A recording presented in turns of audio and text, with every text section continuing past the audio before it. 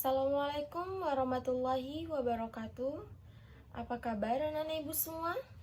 Ibu harap kalian semua dalam keadaan sehat walafiat dan selalu dalam lindungan Allah Subhanahu wa taala. Perkenalkan, nama Ibu Jen Khairina.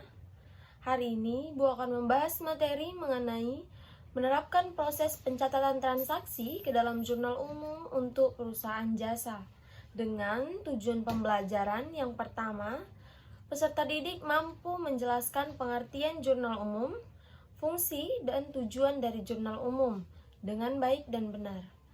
Tujuan pembelajaran yang kedua, peserta didik mampu menguraikan langkah-langkah pencatatan transaksi ke dalam jurnal umum untuk perusahaan jasa dengan baik dan benar.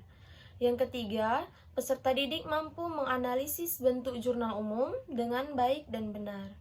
Yang keempat, peserta didik mampu melakukan pencatatan transaksi ke dalam jurnal umum untuk perusahaan jasa dengan baik dan benar. Sebelum kita mulai pembelajaran, Ibu harap kalian semua bersedia dan sudah siap untuk mendengarkan penjelasan materi dari Ibu.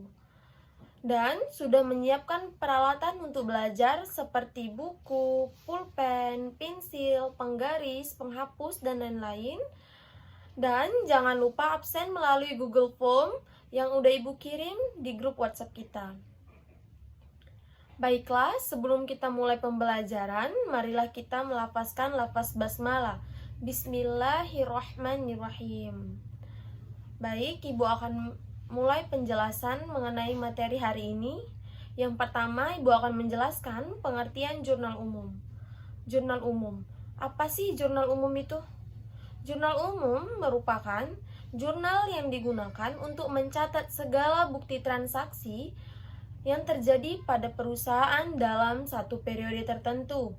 Ibu ulangi, jurnal umum merupakan jurnal atau formulir yang digunakan untuk mencatat segala bukti transaksi keuangan yang terjadi pada perusahaan dalam satu periode tertentu. Nah, di dalam jurnal umum ini ada fungsi-fungsinya.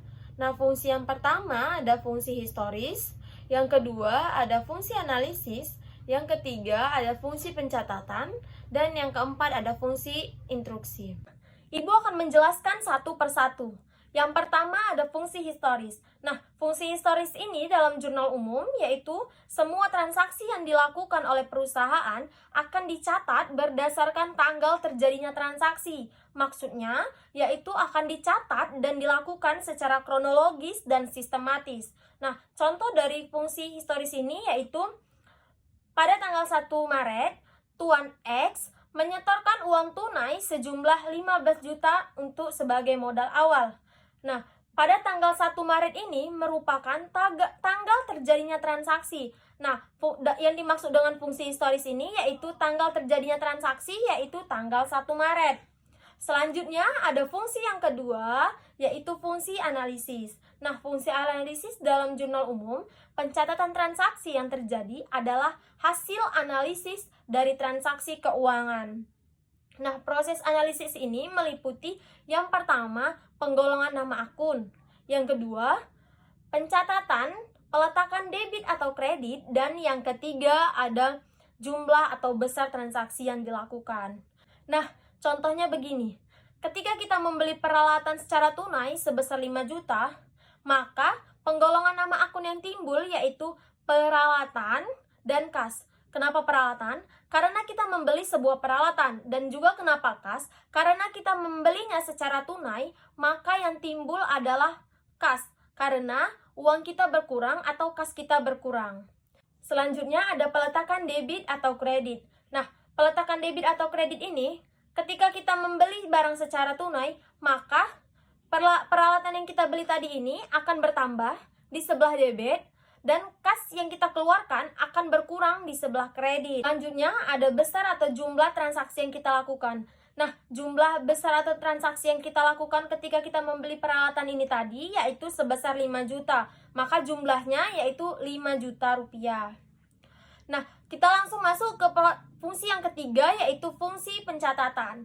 Dalam jurnal umum, semua transaksi yang kita lakukan akan dicatat ke dalam jurnal umum atau akan dipindahkan ke dalam jurnal umum dengan tujuan agar memudahkan kita nantinya dalam membuat laporan keuangan. Nah, contohnya begini, ketika kita melakukan transaksi dari tanggal 1 sampai tanggal 30, maka tanggal transaksi itu akan kita pindahkan dan kita catat ke dalam jurnal umum berdasarkan tanggal-tanggal terjadinya transaksi.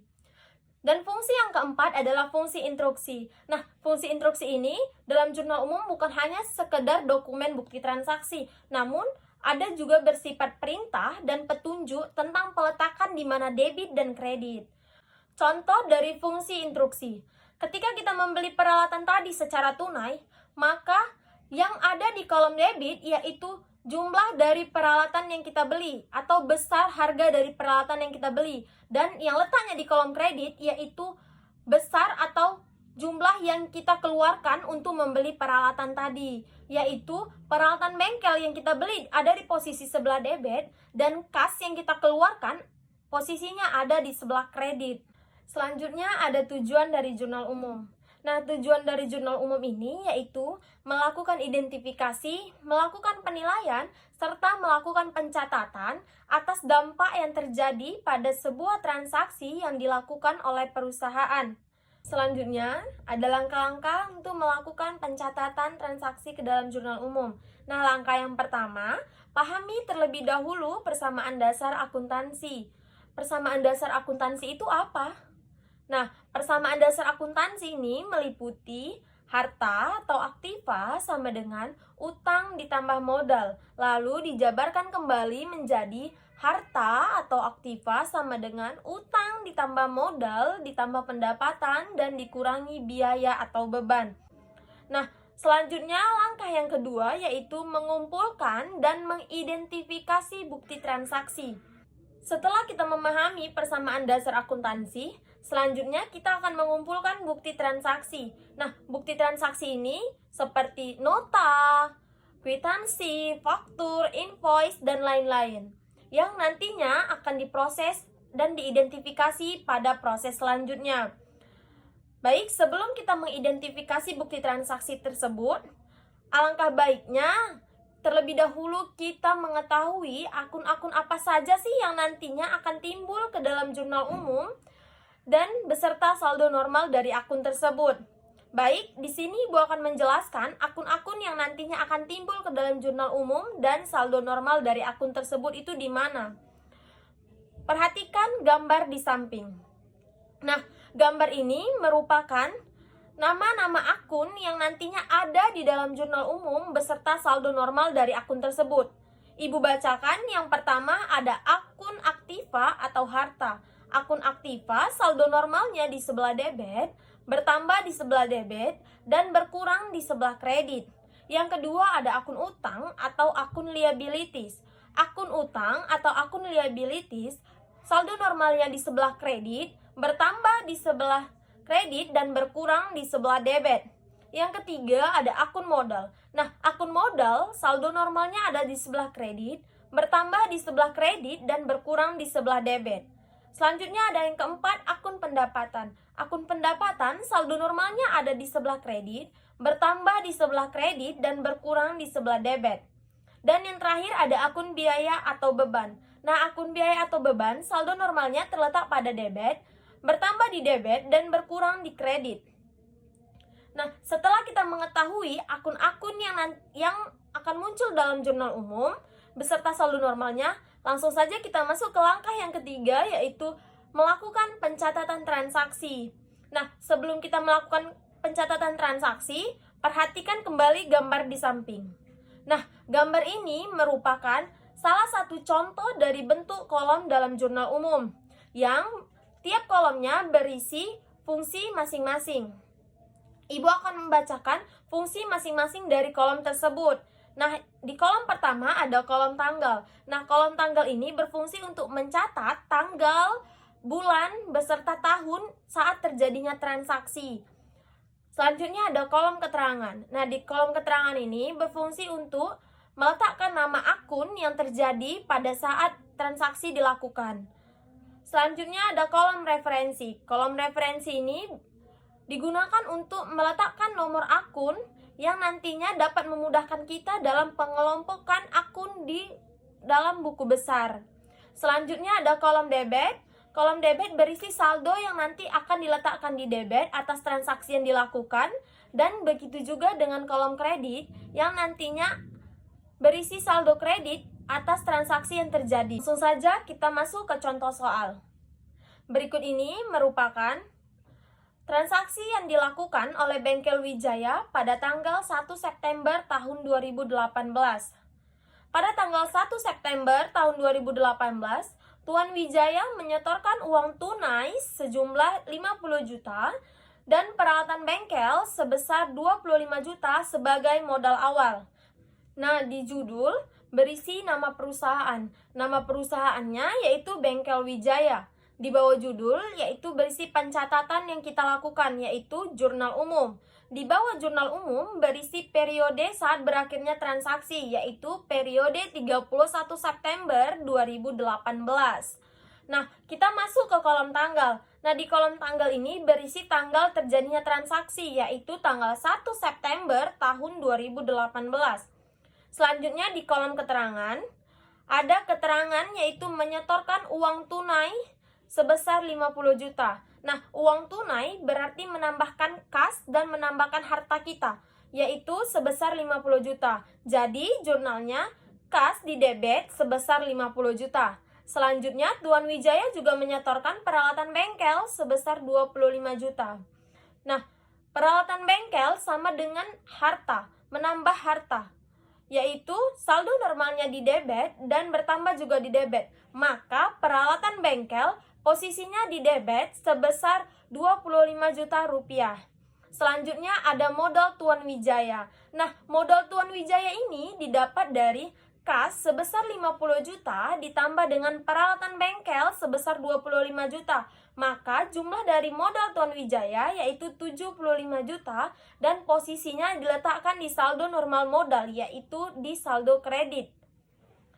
Baik, langsung saja kita ke contoh yang kedua, yaitu pada tanggal 5 September dibeli perlengkapan bengkel secara kredit sebesar 15 juta rupiah. Perhatikan penyelesaian dan penjelasan dari Ibu. Di tanggal berisi tanggal terjadinya transaksi, yaitu tanggal 5 September tahun 2018. Nah, di keterangan berisi perlengkapan bengkel sebesar 15 juta dan letaknya di debit. Mengapa perlengkapan bengkel letaknya di debit? Karena pada transaksi tanggal 5 ini, Tuan Wijaya membeli perlengkapan bengkel. Nah, ketika kita membeli perlengkapan bengkel, maka akan menambah perlengkapan atau menambah harta kita. Jadi, posisi harta bertambah itu ada di sebelah debit. Maka, perlengkapan bengkel sebesar 15 juta letaknya di posisi debit. Selanjutnya, ada utang sebesar 15 juta di kredit. Nah, kenapa pula bisa timbul utang? Karena utang timbul akibat terjadinya pembelian secara kredit. Setiap kita melakukan pembelian secara kredit, maka akan timbul utang. Kenapa utang letaknya ada di posisi kredit? Karena saldo normal utang ada di posisi kredit dan ketika utang itu bertambah juga ada di posisi kredit. Dan jurnalnya pada tanggal 5 ini yaitu perlengkapan bengkel sebesar 15 juta di debit pada utang sebesar 15 juta di kredit. Baiklah, Ibu harap kalian sudah mengerti atas materi yang telah Ibu jelaskan. Ibu di sini akan memberikan tugas kepada kalian sebagai evaluasi. Tugas yang pertama ada tugas individu dan tugas yang kedua ada tugas kelompok. Tugas individu ada 2 soal. Soal yang pertama, jelaskan pengertian jurnal umum beserta fungsi dari jurnal umum. Soal yang kedua, dalam jurnal umum ada akun-akun yang harus diperhatikan saldo normalnya. Tuliskan secara rinci. Nah, untuk pengumpulan tugas individu dikumpul dalam waktu 1 kali 24 jam dan dikumpul di classroom dalam bentuk file PDF. Baik, untuk tugas kelompok, silakan akses link LKPD yang telah Ibu share di classroom. Jangan lupa dikerjakan dan Ibu kasih waktu selama 3 hari dan dikumpul di classroom.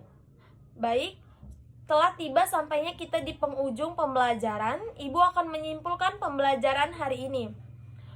Jurnal umum merupakan jurnal atau formulir yang digunakan untuk mencatat segala bukti transaksi keuangan yang terjadi pada perusahaan dalam satu periode tertentu.